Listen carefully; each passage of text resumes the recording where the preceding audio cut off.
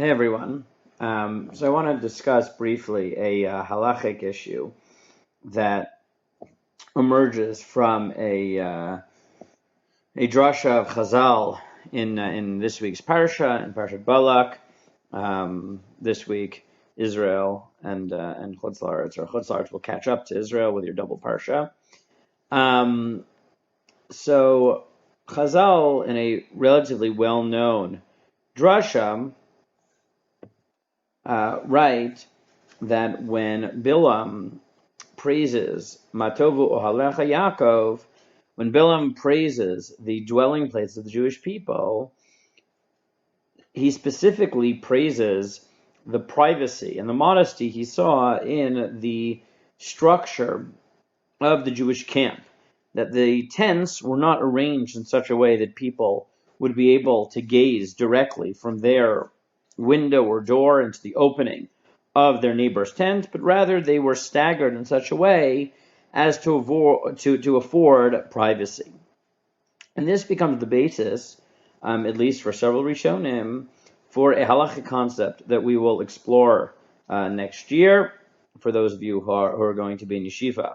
When we study Bava Basra, so one of these sugyot which appears extensively in the first perek is what's known as hezek re'iyah, visual damage, which, while there is a dispute in the Gemara whether hezek re'iyah shmei hezek or not, the Gemara then qualifies that means that there are certain mid-level violations of privacy to which there's a machloket, but there are extreme cases of violations of privacy where not only are you obligated to maintain and grant people their privacy, but it's actually actionable under tort law, in this category known as hezek re'iyah. And this becomes one of the central foci in Psak when discussing the halachic recognition of privacy law. This, as well as Sugya Nyoma, which forbids breaching confidentiality, as well as the Takana of Rabbeinu Gershom against reading people's mail, and several other halachot combine in order to construct a halachic validation of the value of privacy and confidentiality, which emerges, as I said, at least according to some Rishonim, from this idea that Chazal see in Bilam's bracha of the value of maintaining modesty rather than have people peer into your house. And there has been some work in poskim in the last 50 years to really try to use these values to try to generate a halachic perspective as privacy law becomes so complex in light of all the issues that are raised in the digital age. Professor Nachum Rackover has dealt with it extensively in a book, monograph, devoted to this topic. Rabbi Dr. Norman Lamm, Zichrono Livracha, has a chapter on it in his book, Faith and Doubt. I wrote several chapters on this in my series for the virtual Beit Midrash. What I want to do here is just, as we did a bit before Yeshiva ended, share an idea from Rabbi Lamm in his memory as he passed away so recently.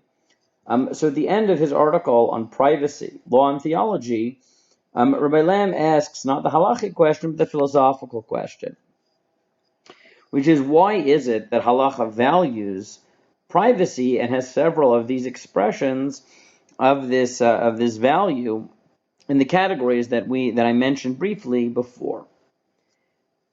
And he argues fundamentally that it emerges from the notion that we're created b'tselem Elokim.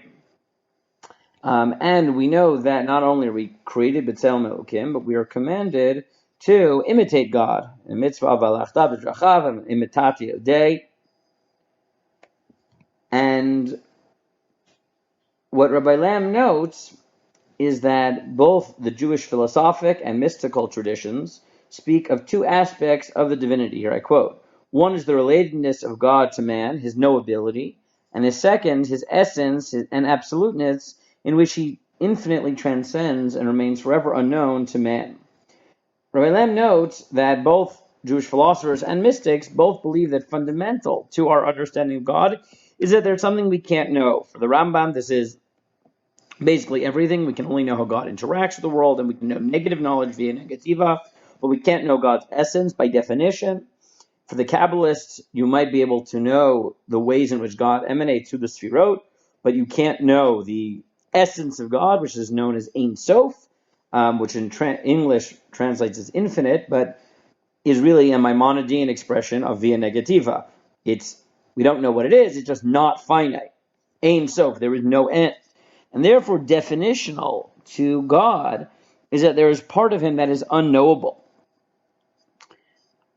As Rabbi Lamm continues, the unknowable essence or absoluteness is in the inner boundary of God's privacy, in his resistance to and limitation of man's theological curiosity and metaphysical incursions. God asserts his exclusive divine privacy. Even Moses may not gaze upon the source of the voice that addresses him. And then Rabbi Lamm continues in his next paragraph, if this is true of the Creator, it is true of his human creations as well. As God reveals and conceals, so man discloses and withholds. As concealment is an aspect of divine privacy, so is it the expression of human privacy, the desire to remain unknown, puzzling, enigmatic, a mystery. Judaism does not absolutize privacy. Taken to an extreme, it results in the total isolation of man and transforms him into a closed monad. Without any communication or self-revelation, he must suffer veritable social, psychological, and spiritual death. But the other extreme, unlimited communication, and the end of privacy leaves man totally depleted of self. Again, death.